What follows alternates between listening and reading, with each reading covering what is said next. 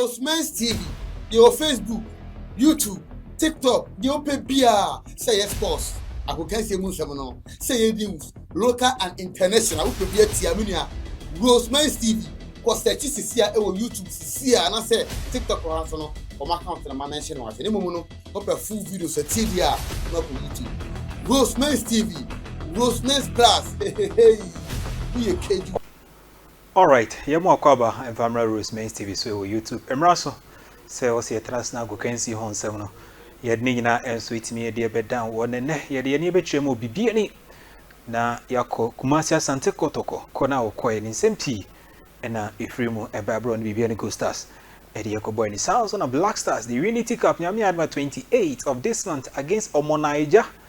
Nigeria ewo eye GTech Arena England e mountain so ebetimi atodwa eno nso na yade ese coach Utuado edi eyen mranti bigino mosi akane magana no edi ni nyina enso etimi aba me din ya de Steven apia wakaso na timfidi na chi a wo chinchim ne fruma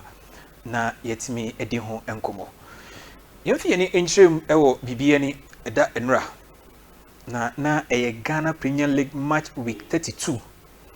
na yade ese match no ba na wiere obi entimi amfa ball Anthony Yonkwatenam ti ekoye goalless draw emu bi afa mano mako na match no gusu a ekos ne fe di kan no ba na wiye no yenko ye chikakra ne ni nkomo we ne yemfa misi so after the death of a Pole supporter for Kumasi Asante Kotoko ewo nsia tre no Ghana Football Association e chance reforms in terms of security and safety ho nsensem ne koba se ne bobo ha na sanso na amaya aka nyina nso bobo nti mra na mo de bobi ho no bi ho no se ekofa ede yeba Arabia atwam na oba football na ya de se chitafo no mo abetre omuni hu akwanya se wo so mbotim ho ban na no mo ebo ti Ghana Football Association after the death of Pole no pen for tenase the new safety and security protocols etimi de ba na ba ni ko wie se e wo se team bi anya safety and security officer baako wono no before, during and after the game no betimi coordinate one bambofo o maba stadium no betimi coordinate na bibia timi akoyie ti Kumasi Asante Kotoko de Commander Griffiths ene koye na Commander Griffiths kono koye match day ye man tag and ye man ahyɛnso de adutu ni kom na ahyɛnso de eda ni kom no wotimi kɔ baabi bia wo agropama no so na association football for baabi inner perimeter eno ne ye ban na ya gye wo park ne ho no se wotisi inside a wo kɔ park ne so a ho ne inner perimeter no na se wonni saa ahyɛnso de bi da wo kom a wontimi enwura park ne so na enam say Inspector Griffiths wo bi no sometimes se match no koso a obetimi free inner perimeter aba supporters ma betene mo ahwe bi na ye bo first half ya wasan so akọ back to the field na akọ osha ni team no akọ dressing room na so ahwe bambo ene nsema ekoso ti bibi nkoyi a watimi alert bambo fo a aban de o maba so mabo ban no nso no watimi alert o na bambo ene periperi etimi akoso na num na inspector eda enra e wo dance park first half no ba na wiye no na se ye be second half ase a baby Kumasi Asante Kotoko goalkeeper Kamara be kwa akoda no na boss mienu egu ho na according to commander kire se boss mienu na egu ho no mo no official from Bibiani Go Stars de ade hye boy ba ko nsem no ono no enye saa bia na Kotoko be kwa akoda second half no enwowo eno de hye nsem no ka chense boss mienu na aka opo ni mu no ho no onko famra na kona inspect commander say akra ne koni nyina na ya ade na ye de hye nsem no de konto stop akra no na akra no so da bi okofa boss eno so okofa boss dia one ne beko enti se wo escort akra na so wo ba akra no ho ban na wo se okofa boss onko fan free ba bi Kotoko beko akoda second half no na mum ni ono no suspect say ye de ade ahye akra ni nsem fa Kotoko ponim enti mi maso no woni no gusu a ekona na official from Bibiani Go Stars ka say da bi opanyini ni akwanya say wo say wodi akra na chi na there is no way say an away team beba Kumasi baba Yara Sports Stadium na ni safety and security officer ebe match ball boy ede no akọ opponent ne half ho no ndi mra makwan say so wetimi sa na commanders wo me wo access no so se mitimi ba ene maba and besides ahoye ba bi a second half me team ebekọ akoda na sei na akra no eka nti sei na akra no eka de a ene me ebo no ho ban de na kọ no akọfa afiri ho na mo me suspect say ade bi sei ena obi di ama no so mfa nkoto ye ponim te koye me ntime ho ase kakra eno ema chitafo for bibiani go stars efo ban no atisi park ne so ti koye pinche kakra enti se wo hwe ball no hu videos ni bi o social media say pinche bi koso a the background of the story no ene wo eche no tegusu a ekoso no na bambofo baaye na enum na CEO for bibiani go stars akwasi adubem ene wo kan say yenyi Commander Griffiths safety and security officer for Kumasi Asante Kotoko Enfree Park ne so na eno so koye pinche kakra ni nyina ne say kwasi adu kirem say emre wo kan kire Griffiths say onfree eye pitch no so no odi na tem na Griffiths so da bi akwasi adu ba no so de adi atem ne hia no so de hia no eno ne kofa amenti me ho ase no ebaaye enti inspector say commander say ekodu mpempenso say yenyini free park no so ne edi kan o ka kire bambofo no police fo no say da bi meme wo access say wo say metimi ba ha eni kakra na mo ka say me bo akra me mo akra bia and of course nkoma edidi e wo bia ni kire say wa mo akra no enti mo say me free ba bia me gina na fair enough me ko ne mo mansa na me ko no achitafo na afro ban no aba ba bia ni kwan so mo ba no ommo nko se omo nko a mesa bamboni a me wa akwanya se o se mura park no so no me so me nko eno ne ye 1 2 empo se me kwa ba bia wo twe me de mafa no de me ko go stars achitafo enti me nko ho ne mum se mekọ de a mekọ Kumasi Asante Kotokofo ho ene amukura commander ha no mukura ne ha na omotwetwe na nti at the end of the day ekowie se omode no ekọ eye ba bia Kumasi Asante Kotokofo wo nti omugu so omo jojo no soso no se ne abebe akoto eye nkukomu no a omo soso no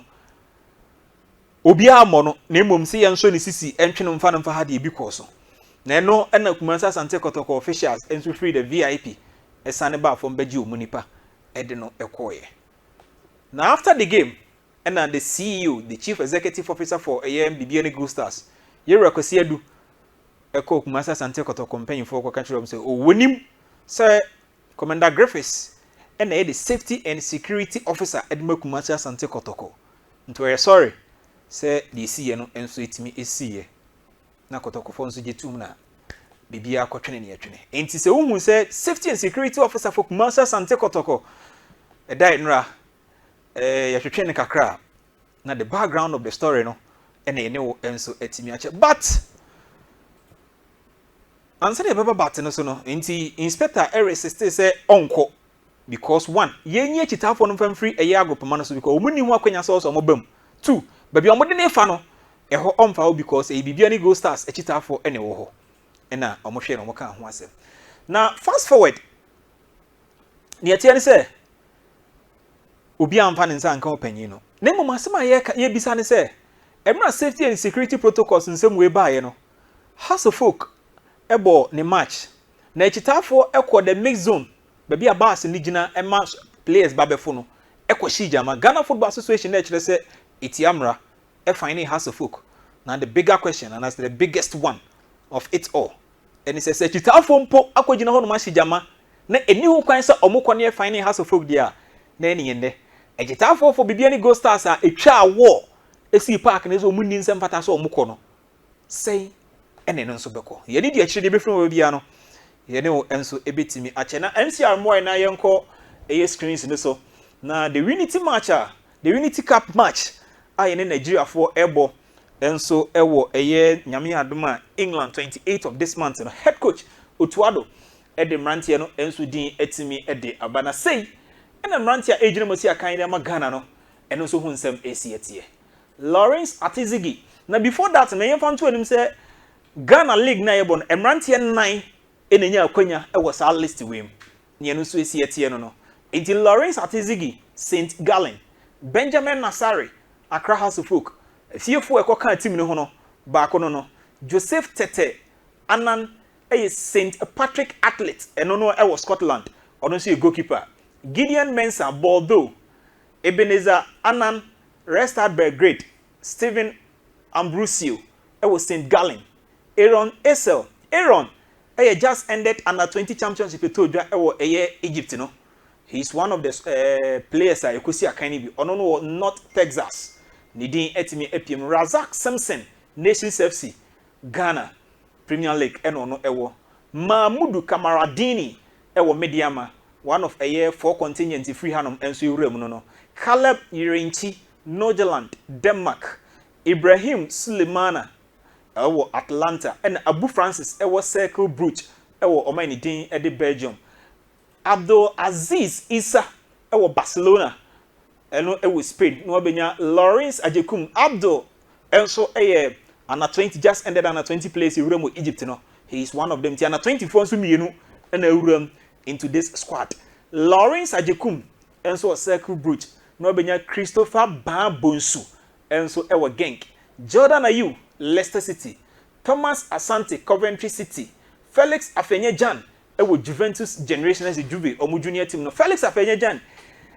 almost 2 years near Fein when you return to the Blackstars. Not to say, or also Nidia Kakran, Kwampoku Baye, Kumase Asante Kotoko. So the 4th a year contingent from a year the local league, no, and so Edonua Benya a year Muhammad Gaddafi Fuseni, and so a year Union Saint Girosis, and also a year Belgium. Not to say, run away, and a coach anything a day a year Utuado. Atonsa and so etimi edia from your 4 debutant, and Rantian Naya, woman so. Ensi akan from a Blackstars da eno mo so nya kwanya ede nyame ya adoma omo kugina mo si akan ede ama the national team no enso so ewo oman ni din ede England na Trinidad and Tobago ene Jamaica enso eka sa tournament we enso nti Ghana and Nigeria no be hye ne yonko no kushia the winner between Trinidad and Tobago ene Jamaica yono so ebetimi ede nkunim final match no 31st of this month but Ghana si ebetimi akọ final yene Nigeria 28 and a match enso ebitimi abaso